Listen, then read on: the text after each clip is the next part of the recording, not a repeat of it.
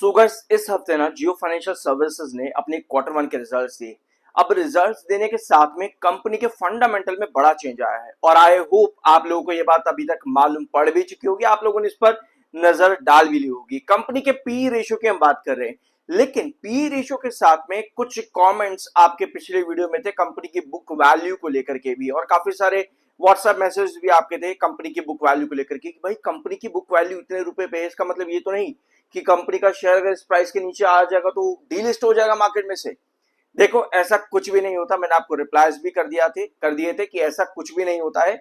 आप किसी भी एक इंडिकेटर को बहुत ध्यान से सुनना, फिर हम वीडियो में आगे बढ़ते हैं। किसी भी एक इंडिकेटर के अकॉर्डिंग आप कंपनी को पूरी तरह से एनालाइज नहीं कर सकते, ये गलती कभी भी मत करना मार्केट के अंदर। और बहुत से इंडिकेटर्स और बहुत से फंडामेंटल्स मार्केट में कई बार अलग अलग तरीके से आप लोग सुनते होंगे कि इसका मतलब ऐसा होता है, इसका मतलब वैसा होता है। शुरू करते हैं आज के इस वीडियो को। हम शुरू करेंगे आज का ये वीडियो पी रेशियो से ही, क्योंकि ये बहुत इंपॉर्टेंट पॉइंट है। 1 जुलाई ओवरऑल कंपनी के रिजल्ट्स के पहले तक कंपनी का पी रेशियो आपको अराउंड 100 पर नजर आ रहा था। ये पी रेशियो लगभग 140 और 30 से 20 से गिरता गिरता 100 पर आया था रिजल्ट्स के पहले तक। लेकिन पी रेशियो गिरता और बढ़ता क्यों है? कंपनी का प्राइस, शेयर का प्राइस जिस हिसाब से बढ़ता है या गिरता है, पी का रेशियो भी उसी हिसाब से बढ़ता है या गिरता है। अब आप कहोगे अच्छा मतलब कि अगर किसी शेयर में रैली चल रही होगी तो उसका पी भी उसके साथ भागता जाएगा। ऐसा नहीं होता है। पी रेशियो को समझने के लिए आपको साथ में यह समझना होता है कि कंपनी का ग्रोथ कैसा चल रहा है। इसी चीज के बारे में हम लोग कई बार कई सारी वीडियोस ले चुके हैं चैनल के ऊपर जियो फाइनेंशियल सर्विसेज के, कि पहले कंपनी का जो हाईएस्ट पी रेशियो होता था जियो फाइनेंशियल सर्विसेज का, वो लगभग 150 तक जाता था और लोएस्ट पी रेशियो होता था वो 80 पर होता था। और ये लो और हाई पी रेशियो के बीच में सबसे इंपॉर्टेंट पॉइंट आता है वो होता है आपका एनुअल ग्रोथ परसेंटेज। अब क्या होता है ना कि कंपनी ने 2004 करोड़ का वॉल्यूम दिया, अरे भाई नहीं, गाली मत देना कमेंट बॉक्स में, कुछ उल्टा सीधा बोलने की जरूरत नहीं है। कंपनी ने डिविडेंड इनकम शो करी, ये चीज मैंने आप लोगों के साथ वीडियोस में भी डिस्कस करी थी पिछले वीडियोस के अंदर कि कंपनी ने डिविडेंड इनकम शो करी, उसकी वजह से कंपनी के जो फाइनेंशियल्स होते हैं वो इन्फ्लेट हो जाते हैं, और ये एक बैड हैबिट होती है किसी भी कंपनी के नंबर्स को शो करने के लिए। बट स्टिल कंपनी का जो ग्रोथ है, अगर आप डिविडेंड इनकम रिवेन्यू में और साथ में प्रॉफिट्स पर भी काट दोगे, तब भी जियो फाइनेंशियल सर्विसेज ने एक इंप्रूव्ड रिजल्ट दिया है। अब एक पॉइंट और आना है यहाँ पे। अब कंपनी का जो पी रेशियो है वो आ चुका है 77.6 पे। अब आप कहोगे ये तो बहुत बढ़िया बात है, इसमें तो कुछ खराब नहीं है। अभी मैंने आपको क्या कहा और आप लोगों ने क्या कहा था पिछले वीडियोस के कमेंट्स में कि कंपनी ने डिविडेंड इनकम ऐड करी है, इसी वजह से कंपनी का रेवेन्यू और प्रॉफिट इतना दिख रहा है। इतना नहीं होगा भाई, जरा सही से चेक करो। अब यही बात आपके पी पर भी लागू होती है, क्योंकि डिविडेंड इनकम कंपनी ने ऐड करी, रेवेन्यू प्रॉफिट्स आपके सर्ज करे, उसकी वजह से कंपनी का पी रेशियो, कंपनी का price to book ratio, company का ईपीएस, ये वाला पॉइंट, कंपनी का EPS growth percentage annual basis पर, ये सभी चीजें आपके चेंज होती हैं। इसका मतलब क्या हुआ?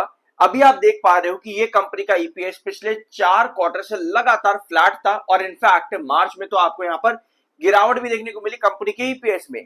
लेकिन जून क्वार्टर में कंपनी का ईपीएस में बड़ी तेजी आई है 3.13, और वहीं कंपनी का पी रेशियो डिक्लाइन गया है। अगर आपका पी रेशियो गिरता है और ईपीएस बढ़ता है, वो इंडिकेट करता है कंपनी की इंप्रूव्ड फाइनेंशियल हेल्थ को। अब एक और पॉइंट मैं आपको बताता हूं, यहाँ पे पी रेशियो आपको कभी ये नहीं बताता कि कंपनी ओवर वैल्यूड है या अंडर वैल्यूड है। पी रेशियो ये दो चीजों के अलावा आपको एक चीज और बताता है कि कंपनी से एक्सपेक्टेशन कितनी है। हाई पी रेशियो मतलब होता है कि कंपनी ओवर वैल्यूड है, लेकिन इसके साथ में ये भी बताता है कि कंपनी से एक्सपेक्टेशन भी ज्यादा है। अब वो जो एक्सपेक्टेशन है वो आपको कहां पर नजर आती है? वो नजर आती है कंपनी के एनुअल ग्रोथ परसेंटेज पर। अब क्योंकि कंपनी ने अपने ग्रोथ में इतना बड़ा इंक्रीज दिया, डिविडेंड इनकम काट दो भाई, मैं बार बार एक चीज नहीं बोलूंगा यहाँ पे, कंपनी ने अपने रेवेन्यू और प्रॉफिट ग्रोथ पर इतना बड़ा इंक्रीज दिया जिसकी वजह से कंपनी का पी जो है वो काफी नीचे और कंपनी का ईपीएस बढ़ गया। लेकिन क्या ये चीजें काफी होती हैं किसी भी कंपनी में लॉन्ग टर्म ब्रेकआउट देने के लिए? ओवरऑल ये कंपनी के लिए, जियो फाइनेंशियल सर्विसेज के लिए सबसे बेस्ट रिजल्ट है। ये चीज हम लोगों ने पहले भी डिस्कस करी थी। भले ही आप डिविडेंड इनकम काट दो, बार बार एक चीज बोलनी पड़ रही है, वरना फिर लोग आकर कमेंट बॉक्स में बहुत ज्यादा कहते हैं कि भाई डिविडेंड इनकम, डिविडेंड इनकम। ठीक है, तो अब यहां पर हम क्या समझे इस सब चीजों से, एक बार इसके चार्ट पर आओ। जियो फाइनेंशियल सर्विसेज के चार्ट पर आपको क्या नजर आएगा कि इस कंपनी में आपको रेंज बाउंड देखने को मिला है जब से ये कंपनी लिस्ट हुई है आज की डेट में, और इसकी लिस्टिंग डेट से लेकर के आज की डेट तक एक रेंज पर कंपनी चढ़ती है, वापस से तेजी आती है, वापस वहीं पर आकर के बैठ जाती है, फिर ये कंपनी में तेजी आती है, वापस वहीं पर आकर के कंपनी बैठ जाती है। इसको कहते हैं रीबाउंड करना। एक ही रेंज के अंदर बार बार कंपनी का प्राइस आपका बढ़ता गिरता रहता है।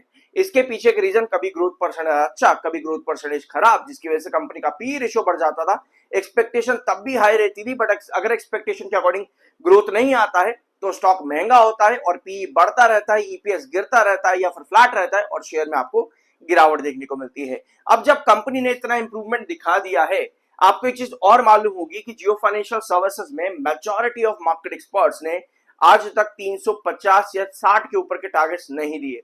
इसके पीछे भी रीजंस हैं कि कंपनी का पी और कंपनी का ईपीएस, कंपनी की ग्रोथ वैल्यूएशंस, कंपनी की प्राइसिंग किस तरीके से बताती है। अभी भी मोतीलाल ओसवाल ने जियो फाइनेंशियल सर्विसेज में जो टारगेट दिया है वो लगभग 315 के पास में, 315 पे अभी भी टारगेट को बढ़ाया नहीं गया। ऑल्दो अगर प्रेजेंट लेवल से हम यहां पर चढ़ेंगे तो 315 एक बहुत बढ़िया टारगेट है जियो फाइनेंशियल सर्विसेज में। लेकिन यहां पर आपको चाहिए क्या क्या चीजें चार्ट्स के ऊपर, यह समझना जरूरी है। लास्ट वीडियो में आप लोगों ने डिस्कस किया था कि 245 आपका एक बहुत बड़ा रिजेक्शन है जियो फाइनेंशियल के अंदर।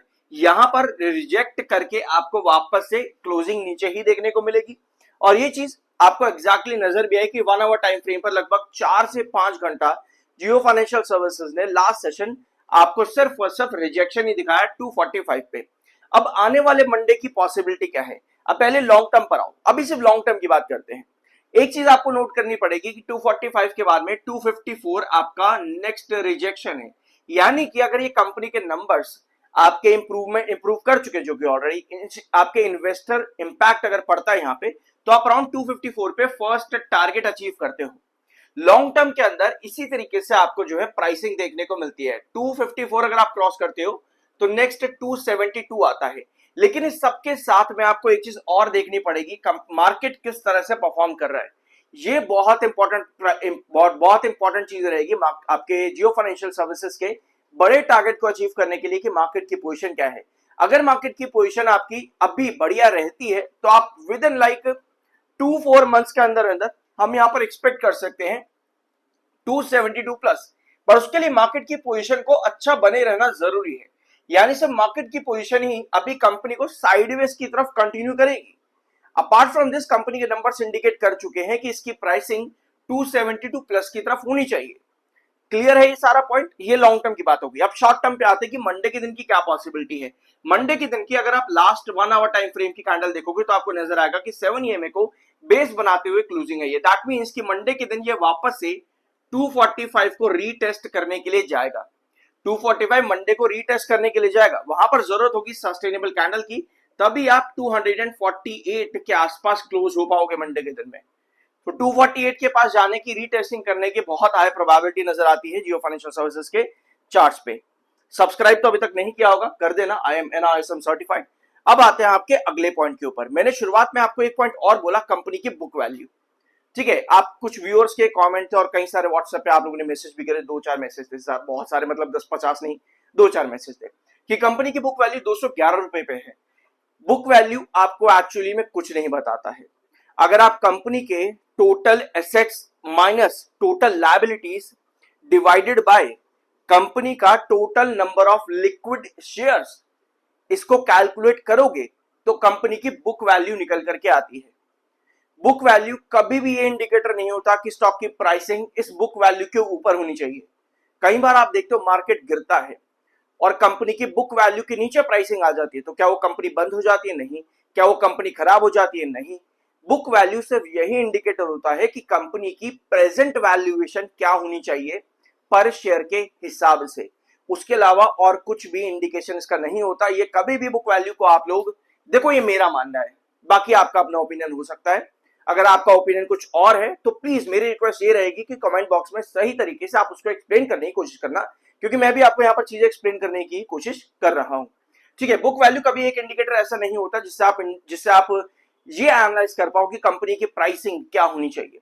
पी रेशियो, ईपीएस और साथ में कंपनी का ग्रोथ परसेंटेज, ये चीजें आपको इंडिकेट करते हैं कंपनी की प्राइसिंग क्या होनी चाहिए। अब इतना कुछ कंक्लूड अगर हम इस सब चीजों को करेंगे यहां पर, तो एक चीज आपकी निकल करके आती है, वो ये है कि जियो फाइनेंशियल सर्विसेज जो कि आपको एक higher price, average higher price 338 के पास दिखाता है।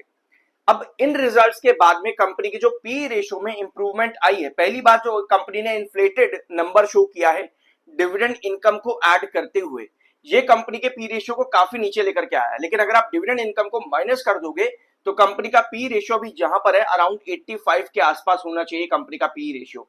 ठीक है, मतलब इन्फ्लेटेड इनकम और इन्फ्लेटेड प्रॉफिट शो करने की वजह से कंपनी का पी 77 के पास में है, बट अगर आप डिविडेंड्स को आउट करोगे यहाँ पे तो 85 के आसपास आएगा। और एक चीज और नोट करना कि पी रेशियो सिर्फ ग्रोथ परसेंटेज लाने से नहीं गिरता या बढ़ता। पी रेशियो कंपनी अगर डिविडेंड रेगुलर बेसिस पर पे करती है तो भी आपको डिविडेंड, जो भी आपको पी रेशियो जो है वो नीचे आता देखने को मिलता है। तो पी कैसे बढ़ता है, कैसे गिरता है, आई होप ये सारे पॉइंट्स आपको यहाँ पे क्लियर होंगे। तो कंपनी का जो एक एवरेज हाई है वो 338 पे है। इस पी के गिरने से और कंपनी की जो रेवेन्यू ग्रोथ और प्रॉफिट ग्रोथ है वो बढ़ने से कंपनी में एक एक्चुअल वैल्यूएशन जो हायर एवरेज है वो कहीं ना कहीं बढ़ करके 360 के आसपास आया है, जो कि बहुत पॉजिटिव चीज है जियो फाइनेंशियल सर्विसेज के लिए। सो इस वीडियो में कुछ नया जानने को मिला हो, सब्सक्राइब जरूर करते जाना। मिलता अगले वीडियो में।